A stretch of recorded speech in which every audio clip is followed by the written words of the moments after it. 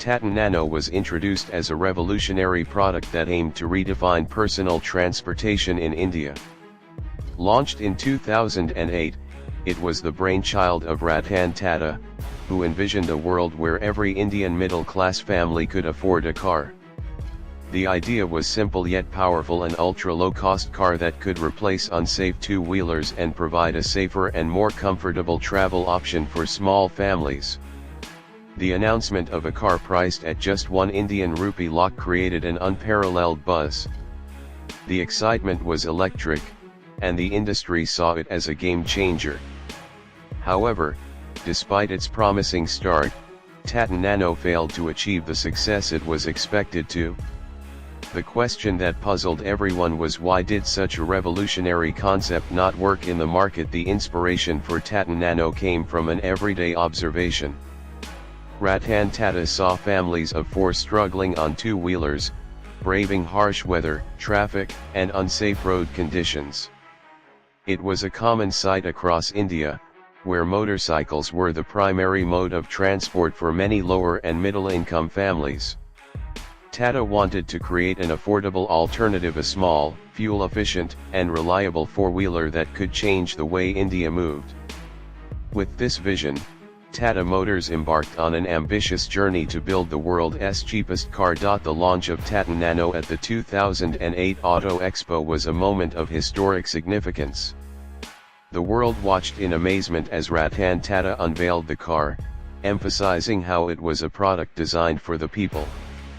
The compact design, 624 cubic centimeters rear engine, and promises of high fuel efficiency made it seem like an engineering marvel.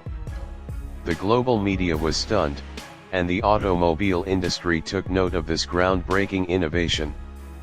Car buyers, especially those from lower and middle income groups, saw it as their golden opportunity to finally own a car. Initial bookings for Nano were overwhelming. Tata Motors received over 200,000 bookings within a short span, proving that there was a massive demand for an affordable car. However, the dream soon started facing hurdles. The first and biggest setback was related to production. The original manufacturing plant for Nano was set up in Singur, West Bengal. However, due to large-scale farmer protests and political controversies, Tata Motors had to shift its production facility to Sanand, Gujarat. This relocation delayed production, resulting in late deliveries, which dampened customer enthusiasm. Many early buyers, who were eagerly waiting, started losing patience. Another major problem was branding. While the intention was to make Nano a symbol of affordability, it was often marketed as the cheapest car in the world. While this was technically an achievement, it created an unintended perception among customers. In a country like India, where social status plays a significant role in buying decisions, people did not want to be seen driving the cheapest car. Owning a car is a matter of pride, and branding Nano as an ultra-low-cost vehicle made it less desirable for aspirational buyers. Instead of being viewed as a smart purchase, it was seen as a compromise. Safety concerns also played a significant role in the downfall of Nano. Shortly after its launch, reports of Tata Nano catching fire started surfacing. In multiple incidents, cars were seen burning on the road, which raised serious questions about safety standards.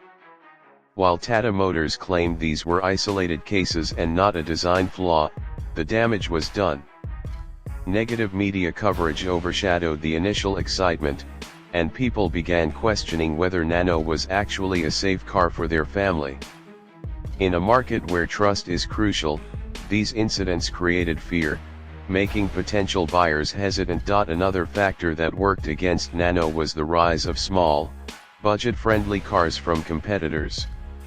When Nano was being developed, there were very few cars in its price range. However, by the time it hit the market, models like Maruti Suzuki Alto and Hyundai Eon had gained popularity.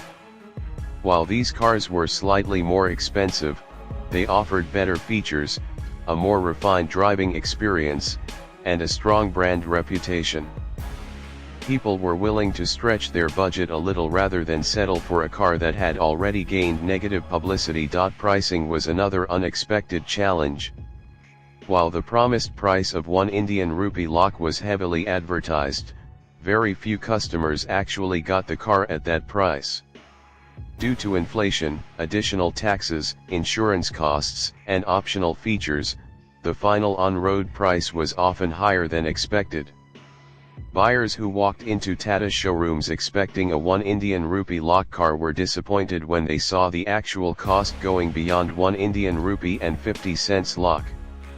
This discrepancy led to frustration and weakened consumer trust. Driving experience was another area where Nano struggled. It was a compact car with a small engine, and while it performed decently in city conditions, it lacked power on highways. Customers who upgraded from motorcycles expected a thrilling car experience, but Nano felt underpowered, especially with 4 passengers. Additionally, its lightweight structure made it susceptible to stability issues at high speeds. The dealership experience also played a crucial role in the car's failure. Unlike two-wheeler buyers, car buyers expected a certain level of premium service and after-sales support. Tata's dealer network was not fully equipped to handle the volume of customers who were purchasing their first car. Many buyers reported poor customer service, long wait times for spare parts, and lack of proper financing options. This created dissatisfaction and resulted in negative word-of-mouth publicity. By 2015, sales had declined sharply, and Tata Motors started shifting its focus away from Nano. Despite multiple attempts to revive interest through new models, additional features, and better marketing, Nano could never recover from the damage done in its early years. The brand had already been perceived as a failure, and in a competitive market, it became difficult to change that perception. Tata Motors eventually stopped promoting Nano actively, and in 2018, production was finally discontinued. It was a silent end to what was once considered an ambitious project that could change India's automotive landscape.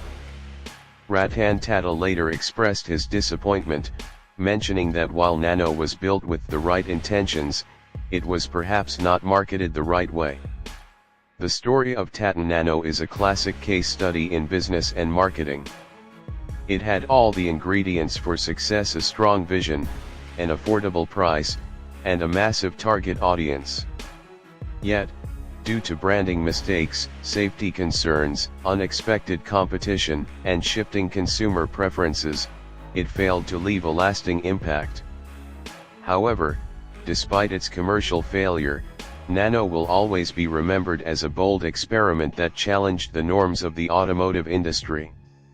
It may not have succeeded in the market, but it certainly left behind valuable lessons on innovation, perception, and consumer behavior.